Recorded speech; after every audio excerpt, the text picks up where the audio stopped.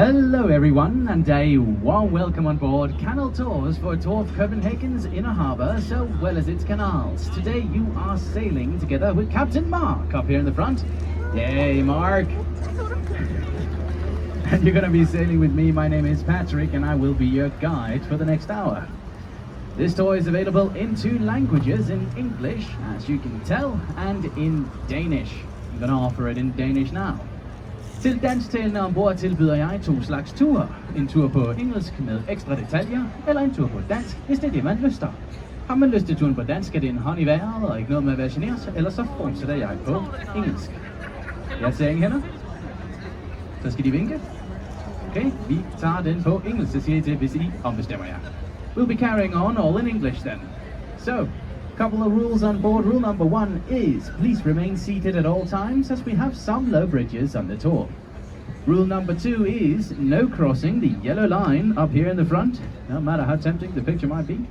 And rule number 3 is no smoking. Otherwise, I hope you'll have yourselves a cozy trip with us for the next hour. First bridge, mind your heads please. Thank you.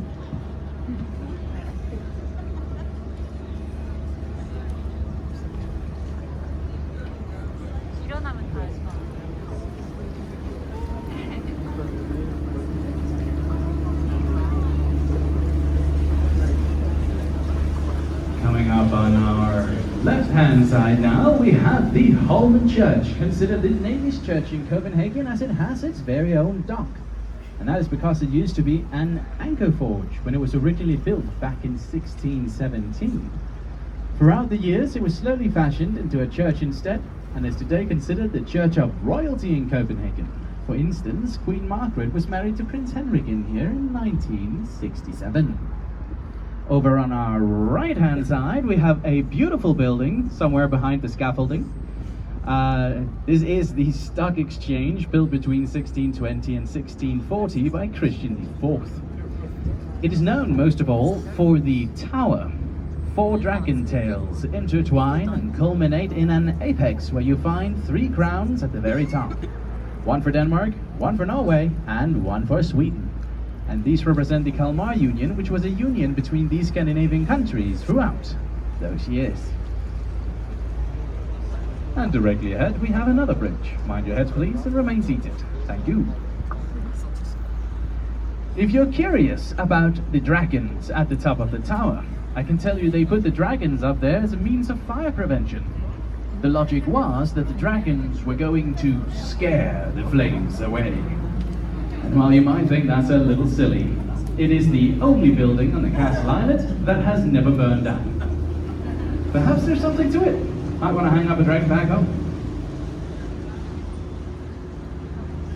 In here on our left-hand side now, we're going to be greeted by a more modern sight. This is the National Bank, designed by Arne Jacobsen, a very esteemed Danish architect. Known most of all for his furniture designs, he was nonetheless also an architect, and this building was finished in 1978, unfortunately 7 years after he passes away. So he never gets to experience the building himself.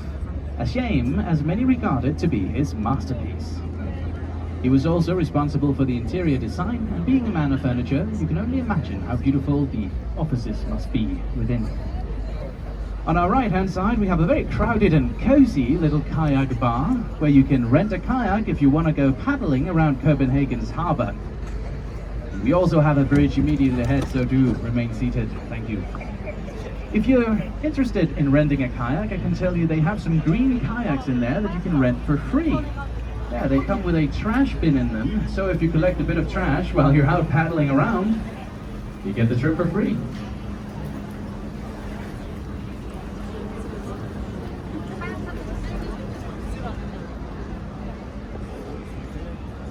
Directly ahead of the boat now, we have a white building with green doors and an orange roof. This is the Nikolai Eigtved warehouse, named after the man who built it, Nikolai Eigtved. And it is incredibly famous for having 2 very distinct sides. The story goes that the king at the time could see this building up from Christiansborg Castle. And given that the king could see it, well, it had to be beautiful, of course. It was within the king's view. And so Nikolai will install, as you can see on our right, The green gates, the arches, the windows to please His Majesty up in the castle. The other side, however, the king could not see. And if you look in there now, you'll be able to see how interested Nikolai was in the opinion of the rest of Denmark. Indeed, one side lined with the beautiful green gates, the arches for His Majesty, the other side, well, it almost looks like a prison. Over here on our left-hand side, if you're quick, you'll see a person bouncing on the street, and that's because they've laid trampolines directly into the sidewalk in here, so you can hop your way to work if you so please. The trampolines are freely accessible to the public, so if you want to have a go at a trampoline for any reason, they're waiting for you right there. Yes, indeed, if you crane your neck and look a bit backwards, you will notice we have at least one person bouncing in there right now. It's quite a curious, fun little idea to spark up a bit of whimsy in Copenhagen streets. Also here on the left we have a long green building with a clock up top. This is the old ferry terminal and customs office in Copenhagen. We used to have a lot of ferry traffic in our harbour, a whole myriad of ferries. But as of the year 2000 we built the Øresund Bridge, spanning between Denmark and Sweden. All of the ferry traffic slowly moved on over there instead. Since then, the ferry terminal has been home to a variety of different concepts. We've had nightclubs and restaurants in there, for instance. Most recently, it was bought up, became a private club for artists and designers. So we're all waiting with bated breath to see what they might make of the building. Directly ahead of the boat now, we have a bridge spanning from one side of the inner harbour all the way over to the other side of the inner harbour. You'll never guess its name. It's the Inner Harbour Bridge, yes. It is intended for pedestrians and bicyclists only and is part of Copenhagen's plan to become a greener capital. To make it more convenient to grab the bicycle instead of the car to get around out here in our harbour. It is, however, also part of another plan. A plan to become the best bicycling capital in the world. A title we've been trying to steal from Amsterdam for many years now. We haven't been getting away with it so far. Doesn't stop us from trying though. Now in here on our left hand side, when we move beyond the bridge, you're going to notice we have a beautiful canal with many colourful houses known all throughout the world. This famous spot in Copenhagen is Nyhavn. Nyhavn is where you found Hans Christian Andersen for the majority of his life. The famous fairy tale writer of Danish origin, he lived here throughout 20 years at 3 different addresses and wrote many of the popular fairy tales within those colourful surroundings. A total of 156 fairy tales he wrote throughout his lifetime, the most popular of which ended up being The Little Match Girl, a very tragic tale if you're familiar with it, The Ugly Duckling, which is a touch happier by comparison, and of course, The Little Mermaid.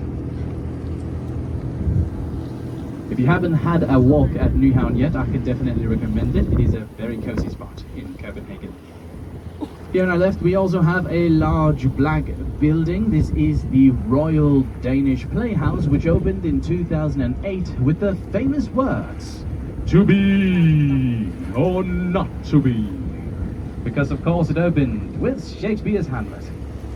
The reason why it opened with Hamlet is because Hamlet takes place on a Danish castle known as Kronborg, which you could always visit a little further north in the city of Elsinore if you want to immerse yourself in Shakespeare's storytelling. The building itself was designed by Lundgaard and Tranberg, a Danish architect, and they were in part inspired by Venice when they decided to install the wooden posts on the underside of the building.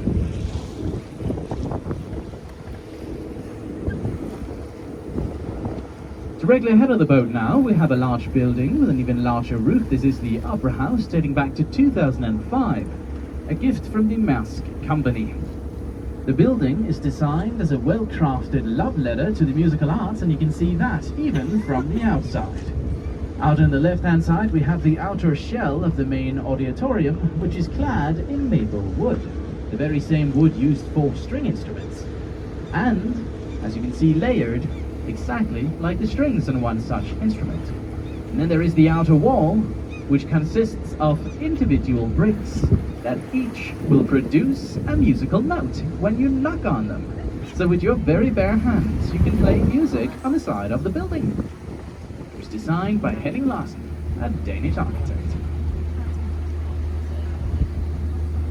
Now in just a moment we're going to be sailing behind Holmen, a series of 5 artificially built islands that were made throughout the 1600s in order to get the wooden ships out from inner Copenhagen and closer out here to the ocean. And that was because they were a bit of a fire hazard when they were closer to the center of the city. Back then we had the entirety of the Danish Navy out here at Holmen. Today, predominantly, the creative educations can be found here. Now I'll be telling you a little bit more about the Danish Navy's history, but it will be after the bridge here, and then after a small quiet zone that follows. So, please mind your heads everyone. Thank you. And I will see you again with a bit more about the Danish Navy in 3 to 4 minutes. Thank you.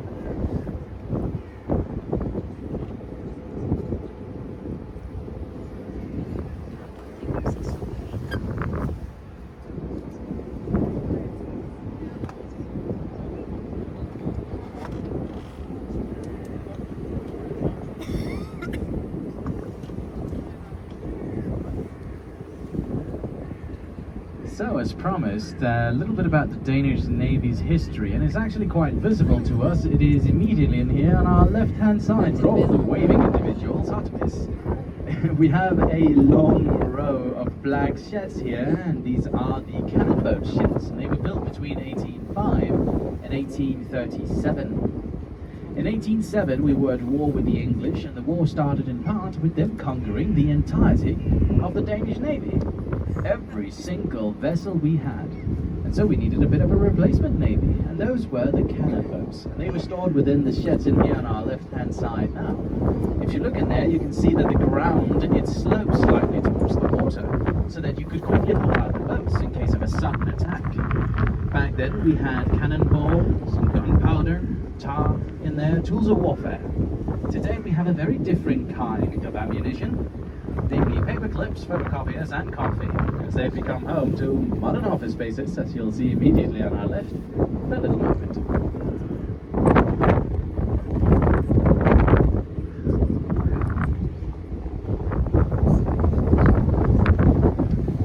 Over on our right hand side now, you'll see some buildings in amongst the trees, and this is the backside of Christiania.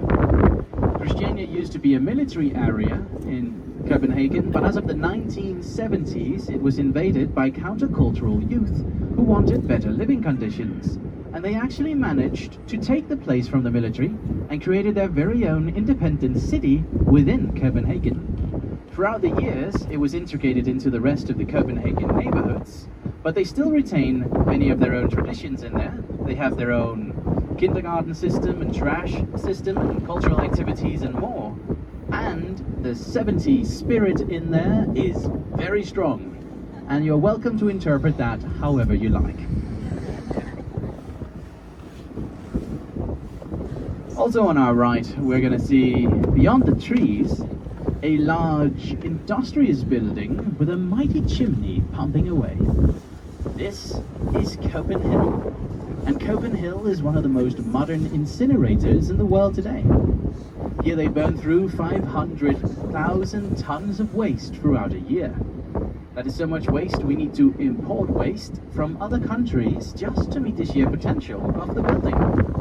And if there's any skiing enthusiasts among you who find yourselves saddened by the lack of mountains in flat Denmark, well, look no further. With its impressive height of 85 meters, it is the tallest mountain in Copenhagen, and it features its very own ski slope on top, so you can go skiing down that building all the year round if you so please.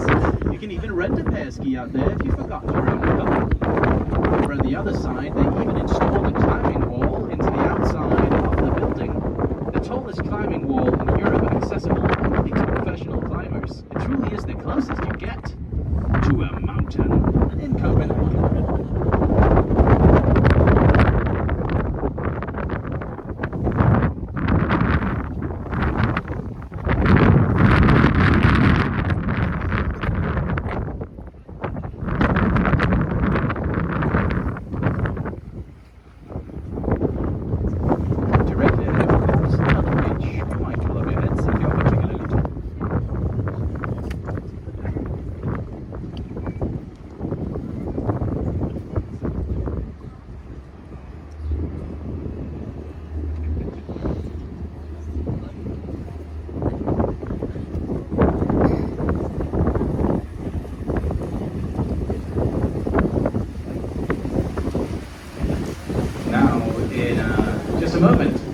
Be entering the open harbour, and as we do, we're going to sense a change throughout the boat. Indeed, some of you have already started to notice it. We're going to be greeted by a bit of a brisk wind. Of course, refreshing on a warm day like this, but it can get quite cold out there actually, so it's a good time to make sure you're packed in nice and warm, just in case. And I am delighted to announce that for those of you set up here in the trip, and you are sat directly in it.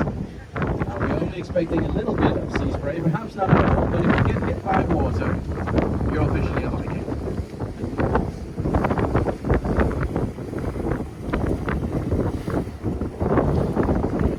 See here on your right hand side, in the distance, we have a long grey warship, a 352, written alongside the side of it. This is a frigate known as Klassisk, and it was deployed during the Cold War. It is an incredibly famous vessel, not so much for the deployment, but rather for its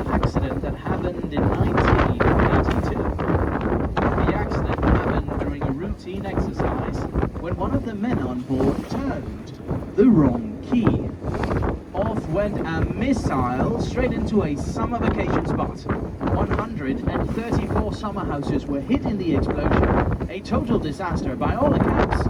Thankfully nobody was present or hurt in the explosion. It was only structural damage, but a bit of a disaster nevertheless, and it ended up earning the official, if not very fitting title, the Whoopsie Missile. The vessel is open as a museum throughout the summer. If you want to visit and learn about the defection on board that allowed this accident to take place in the first place.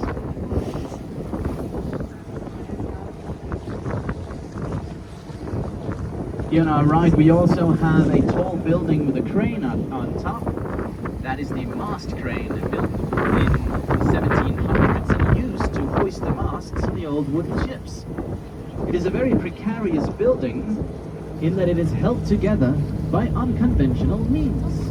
It is held together not by nails or by bolts or anything otherwise ordinary. It is held together by rope, and rope alone is all that keeps that building from toppling to the ground. For that reason it sees frequent supervision and is renovated every 12 years. On our right, of course, in the distance, Copenhagen once again. For those of you truly tempted to go skiing down an incinerator, there's the slope. And as we move our eyes from the background here to the foreground, you'll notice we have up on the dock a black submarine. This submarine is known as the Seal and was deployed in the Iraq War 2003. It was instrumental in holding the illegal import of weapons throughout the war, and landed up here in the dock afterwards, where it became a museum that one can visit over the summer if you want to see what it's like on the inside of a submarine. Or if you want to learn about how it was like beneath the waves in 2003. On our right we also have, a little bit further out ahead of us, waving in the wind proudly, the Danish flag. The Danish flag is amongst the oldest flags in the world, dating back to 1219, where legend has it fell down from the sky during the Crusades in Estonia. Now, I cannot tell you whether the legend is true or not, but we do have historical proof that it has flown since 1219, earning it the Guinness World Record for being the oldest flag in continuous use. The Danish name for the Danish flag is denne. Denne is also the name of this ship we have here on our right. The white ship with golden filigree along the side. This is the Royal Yacht of Denmark. The oldest royal yacht in the world, dating back to 1932. If we're lucky, we might spot a couple of soldiers on board. Very hard to get them to wave at you. I have tried. And this is, of course, where you'll find the royal family whenever they are heading out to any parts of the Danish kingdom other than Denmark itself, be it the Faroe Islands or Greenland.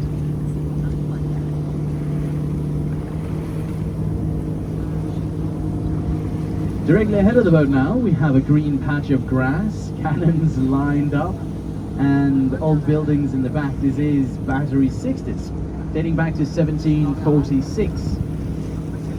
The area is known because one cannon goes off twice a day. Once at sunrise and once at sunset. We hear a cannon shot from the battery, signaling to the ships out in the harbour that it's time to either hoist or lower the flag. However, here in the northern side of the globe, sunrise over the summer, that's 4 o'clock in the morning. And the royal family on the other side of the harbour, they didn't quite fancy waking up to cannon shots 4 o'clock in the morning all summer long. So it was declared and decreed that here in Denmark the sun rises at 8 o'clock sharp, and not down a minute before. If you want to hear the cannon, be here at 8 in the morning, or by sunset.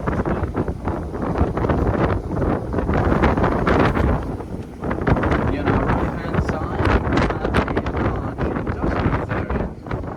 This is the Lille Havfrue. Used to be the largest workplace in Denmark, but today it's predominantly home to a variety of happenings throughout the year. For instance, we have festivals out here, art exhibitions, parties really, all sorts of kinds. We also have a wonderful street food market known as Copenhagen Street Food, and it's this little little area out here on our right, you can see a couple of lights on the chains. Definitely worth a visit. I warmly recommend it up in there. A number of times myself, you get some delicious meals from just about anywhere in the world. It's also a very cozy area, especially late at night. All the lights are on.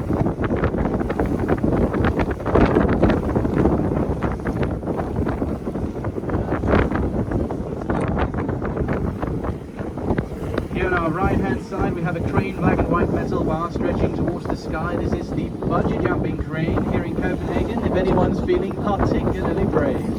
You can jump out with 2 lines from the crane. One line will stop you just shy of the water, and with the other line, you get a little dip into the water as part of the jump, if you dare. When they initially opened the bungee jumping crane, they opened it with a bit of a they said, you can jump for free, you jump entirely naked. Turned out to be very popular. A lot of Copenhageners showed up without clothes on, and when they started seeing naked people every day, can you believe it, they regretted the offer. We're not allowed to anymore, unfortunately.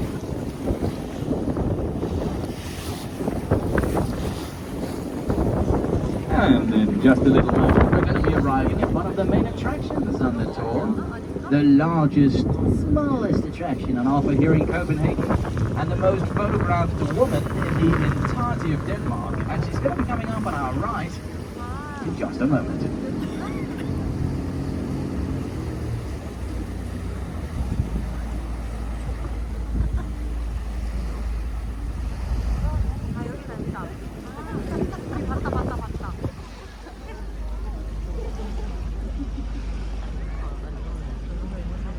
And here you have her, ladies and gentlemen, on our right-hand side. It is the very Little Mermaid.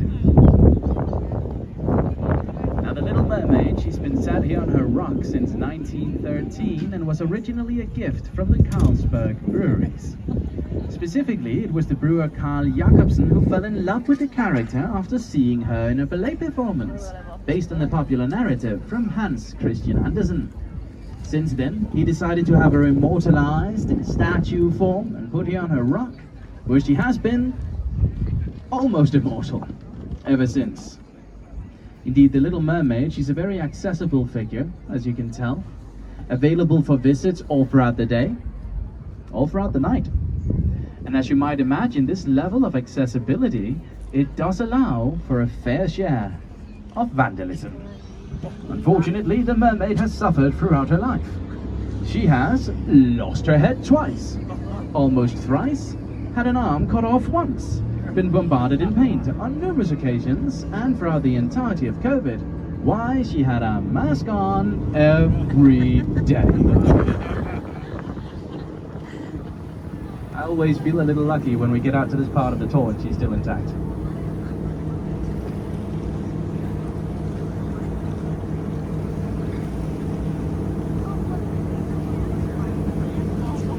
Here on our right hand side now, we have a seaplane, red and white detailing alongside the hull.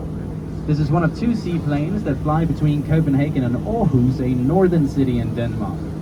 It takes about 45 minutes to cross half the country in one of these, and the prices range between 1,500 to 2,800 as you pay depending on the fuel cost.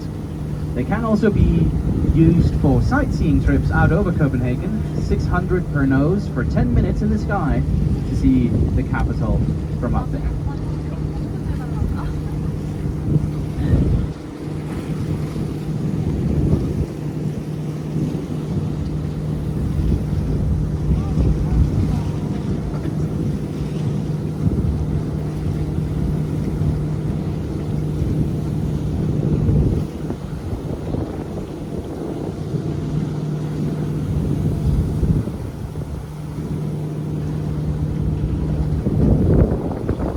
Now in here on our right hand side, we're going to see 2 small pavilions, each with a gold ornament on top. These are the Royal Pavilions of Copenhagen. This is where you'll find the royal family whenever they're about to board the royal yacht. The one with the crown on top, that's where the royal family waits. And the one they gracefully mounted a golden onion on, that's where the guests get to stay. Further, the pavilions were gifts from Norway, so if we have any Norwegians on board, thank you. Also, as a little side note, there is a cute lamppost here with a copper dragon holding onto the lantern. I always thought that was quite a little sight. And easy to miss as well. Here on our right, we also have a large white building with blue windows. These are the Mærk headquarters. Mærk is one of the largest container shipping lines in the entire world, sailing out to 123 different countries. And the building itself is meant to resemble their craft. Do you see it? Containers, indeed, stacked one upon another in rows upon rows. And the blue in the windows is a Mærk blue. They own this particular shade of blue for commercial use worldwide.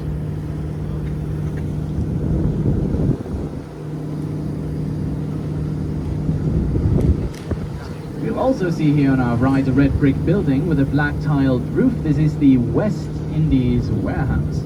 Here you'd once find goods from the Danish colonies in the Caribbean. Since abolished, today we have the Royal Cast collection in there.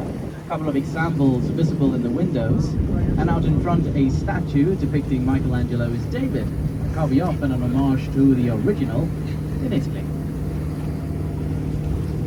This beautiful white full-rigged ship here on our right is a Norwegian school ship known as Sørlandet. That's written there on the side. Of course, that is the Danish pronunciation. My Norwegian is nothing to brag about. But it is a very, very beautiful ship, and only here for a short stop, so quite a unique little glimpse on the tour. On our right, we also have a long stretch of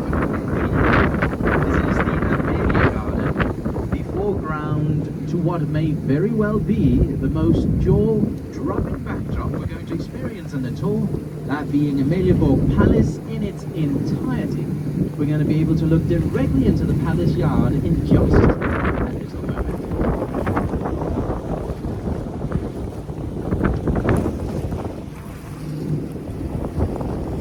Amalienborg Palace, it dates back to 1749 and was originally built for a handful of noble families.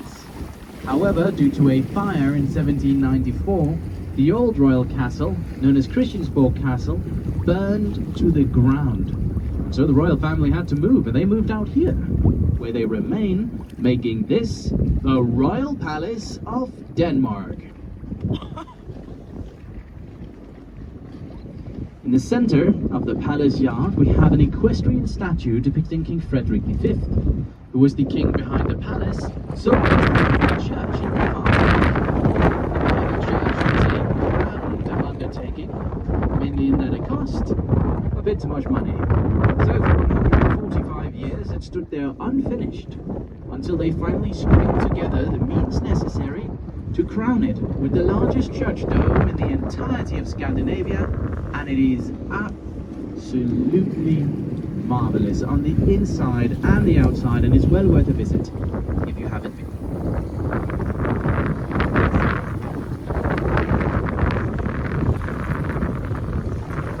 And we are currently sailing through one of the cleanest harbours in Europe today due to a lot of work between WWF, Suella Stroma and other authorities out here in our harbour.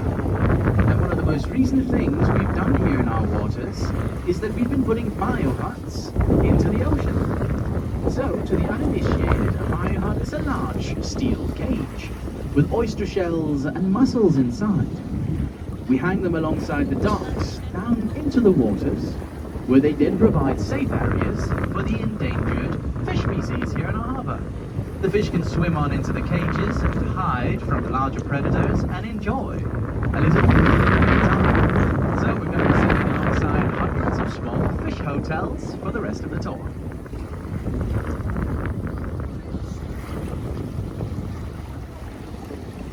Now over on our left-hand side, we sailed by it a little bit earlier. Here on the Paper Island, we have an ongoing construction site. To be finished in 2025, it will be an array of new beautiful apartments and condos, as well as a new indoor swimming facility. The condos will be available at soaring prices between 5 to 40 million Danish crowns. To put that into perspective, simply put, I will never live there. And there, immediately on our left, a little poster as well to show you what it will look like when it's done in 2025 from this summer. Area is being built by the architecture firm known as Curb Architects.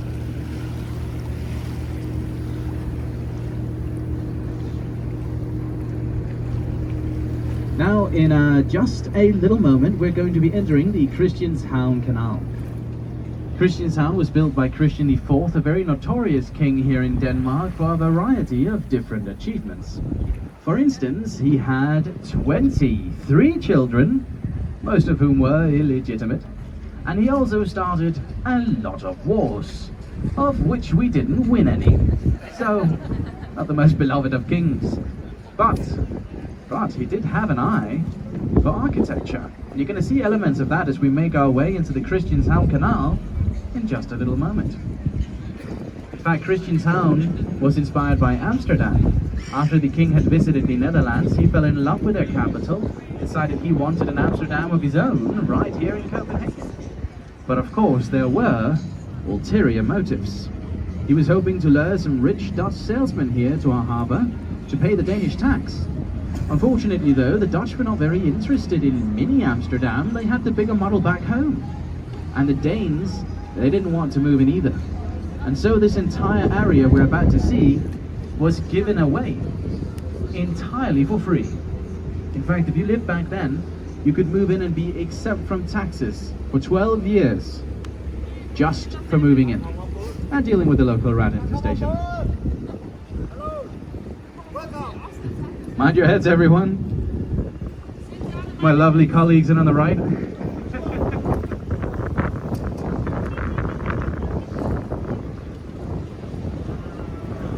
Now we are going to be going through a quiet zone here for the next little stretch, so you'll get to enjoy the historical surroundings of Christianshavn without my constant yapping down your ear. I'm pointing out a bridge or two in here as well as a church, but otherwise this marks the start of the quiet zone.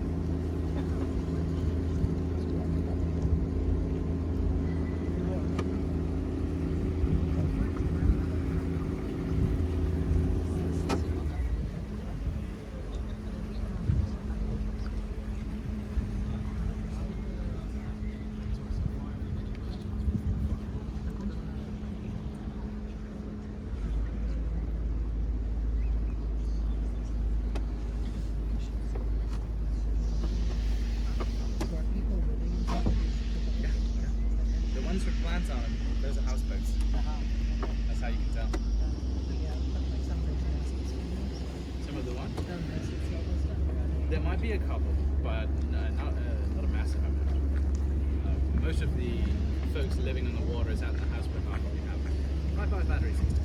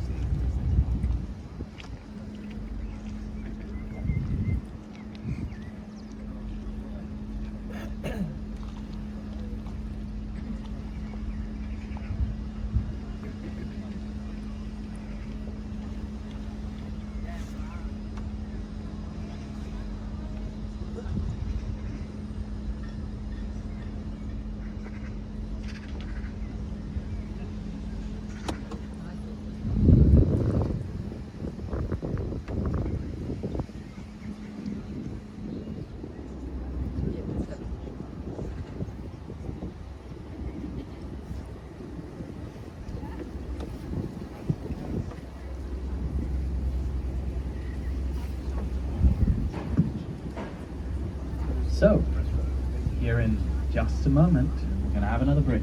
And then right after the bridge, we'll have a small opportunity, a very small opportunity, to get a picture of our Saviour's Church in here on our left-hand side. No doubt you've noticed the beautiful church tower with the spiraling staircase on the outside of the spire.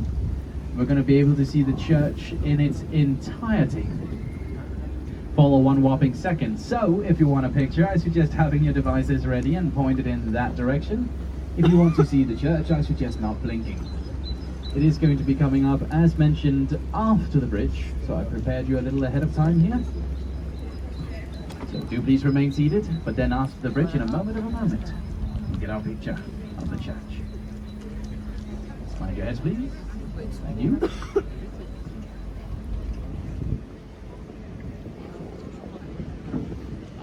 After the bridge.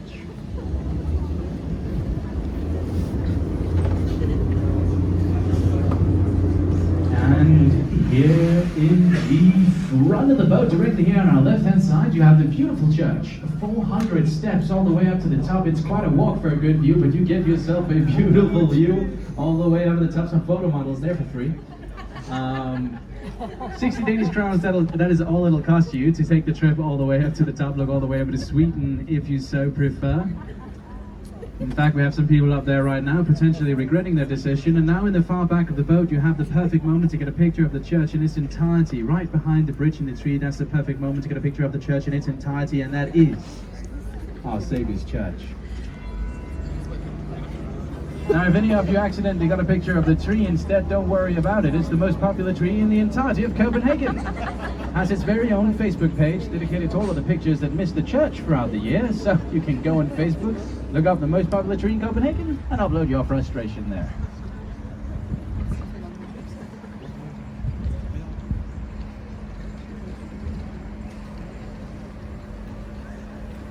And directly ahead, the lowest bridge on the tour. Do remain seated, one and all. Thank you.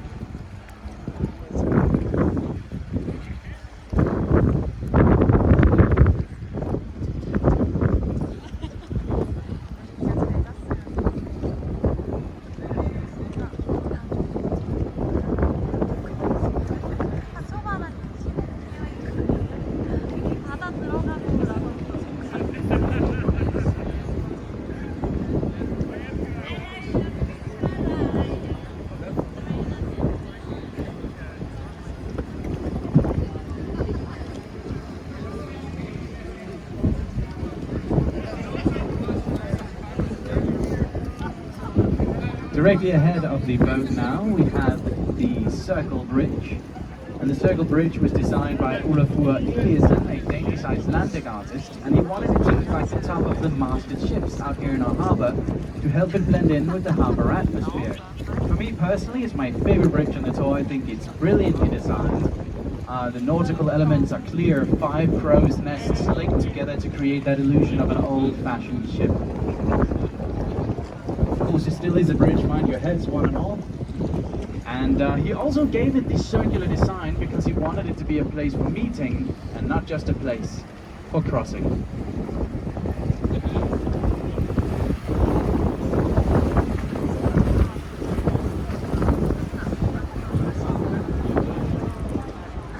Directly ahead of the boat now, we have a large black building. This is the newest part of the Royal Library, dating back to 1999. It is known as the Black Diamond, and as you can see, the building leans just 7 degrees towards the water surface, making it feel particularly imposing when you're coming up close to it. But there's also a purpose to it. You see, when the sun is just right in the morning, it reflects off of the ocean and is cast up in the side of the building, making it glow and glitter like was it a diamond, earning it its name as the Black Diamond. It's best to be out here between 11 and 12 in the morning to get the full effect of it. Especially here at the end of spring, you can get quite a lot of it. Very beautiful at that time of the day. Also quite beautiful when it's just reflecting the lights of an evening in the city. Might be worth seeing at that point of the day as well. Behind the Black Diamond, we have an old red brick building. This is the old Royal Library. Between these two buildings, 100 years, yet here they are, side by side, both of them Royal Libraries. I always thought an interesting visual representation of the evolution of architecture in Copenhagen's harbour. It clashes a bit, sure, but it's inherently interesting to see a century go by in the blink of an eye.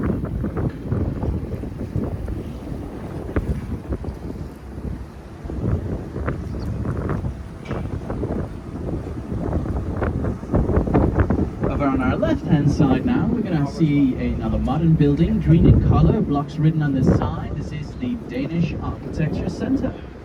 The building is meant to resemble Lego blocks that have been put together spontaneously, and they chose the Lego motif specifically, as by their logic, every great Danish architect begins with Legos, on account of the fact we invented this stuff. Mind your heads, everyone. Within blocks you can find a wonderful restaurant, a number of design shops and occasional exhibitions, so if any of that sounds inviting, consider a visit.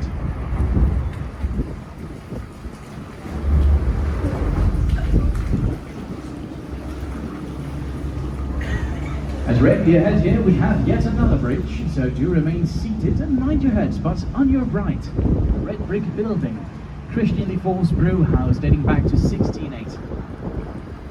And I'll tell you a bit more about the brew house right after the bridge here, but for now, I can tell you it has the largest tiled roof in the entirety of Europe.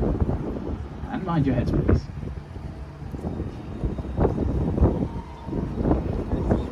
Christian IV's brew house from 1680 as seen here from the side, with the ivy up along the sides of the wall. From this brew house, the king would give out to each Danish soldier, as well as peasants, 10 liters or 2.6 gallons of beer every day. Every day. That was just part of the pay back then. You see, the water in Copenhagen, as well as the surrounding area, it was too polluted to drink. And so we Danes, we survived off of beer, of course.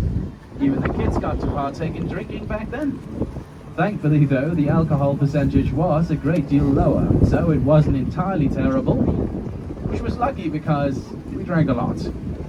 Between 4 to 6 liters per person a day, 2 to 4 liters per child. And that was because back then we ate so much smoked, dried or salted food, we were always thirsty. And how did you deal with the thirst? Well, with beer. On an entirely unrelated note, we also lost all of the wars back then. Couldn't imagine why. Mind your heads, everyone.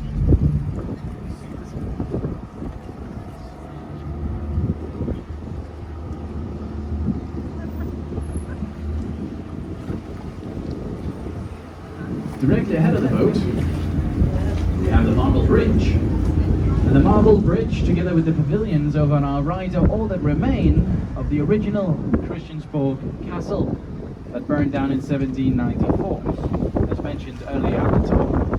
Now, it was a grand shame that we lost the original castle to a fire, especially because they made that castle specifically to be fire resistant. The way they tried to achieve it was by building massive arches, one in every room, one in every hallway. So should a fire ever occur, the smoke would gather up towards the top, leaving them more time to try to control the situation and put out the flames. It's not inherently a bad idea. Unfortunately though, they made the beams holding the arches up out of wood. Once they caught fire, we didn't have a castle to worry about anymore.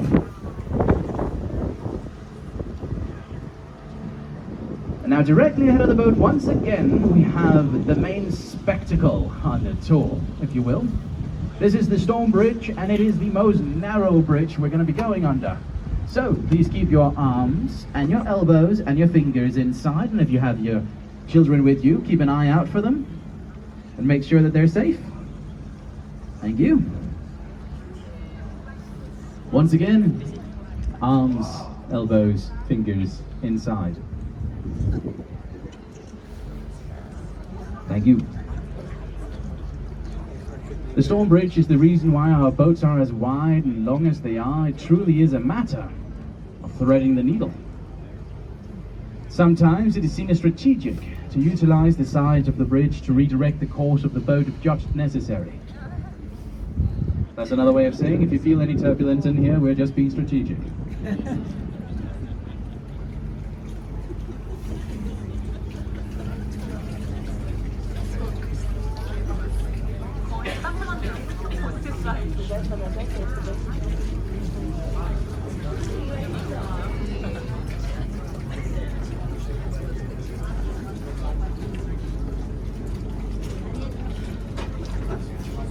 For those of you who sat out in the far back, we're going to be turning while the back of the boat is still under the bridge. You will be close to the bridge while we turn, so be sure to be mindful of your heads. Thank you.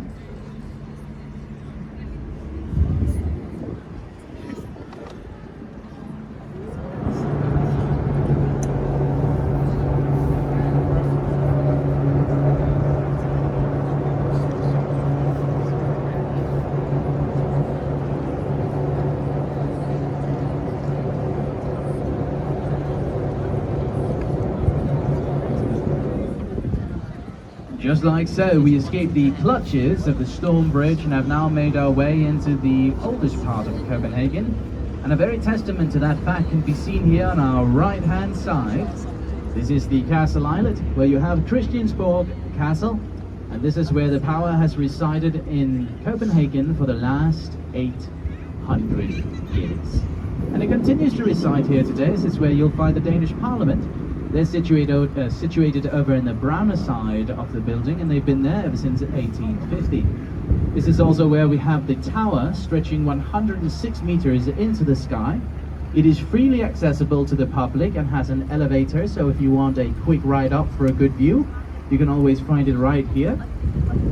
Our stop is pretty close to it, so it should be a quick trip if you want a good view indeed.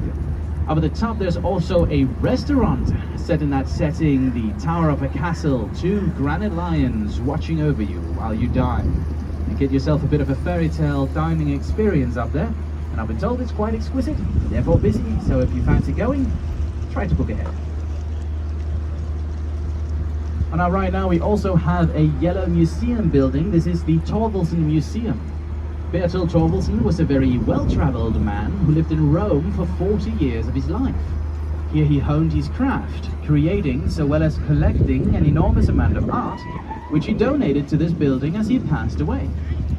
He's also buried in the yard in there, so in some ways you could say he even donated himself to the gallery. Of course not on display, but it is one of the finest galleries we have here in Copenhagen and is certainly worth a visit if you're a fan of sculptures or the arts in general. Over on our left-hand side, we're going to have our last sight of the tour. It is a man sat on a horse. This is Bishop Absalon, said to have founded Copenhagen back in 1167. However, quite recently we dug out the metro station, and with it we found some proof, some findings that prove that Copenhagen existed more than 1,000 years ago, a great deal of time before Bishop Absalon was even born. I always found it a little ironic that right next to his statue commemorating his founding of the city, we found the proof he didn't. And with that, ladies and gentlemen, we're going to be seeing a familiar sight, namely the dock where we started our tour, marking the end of it. If you have any trash, please leave it in the trash cans down the mid-walk. Remember your personal belongings and mind your step as you get off the boat. Otherwise, all that remains to be said is that I have had a wonderful trip with all of you. I hope you've had a good one with me. Have a great day here in Copenhagen, and thank you very much.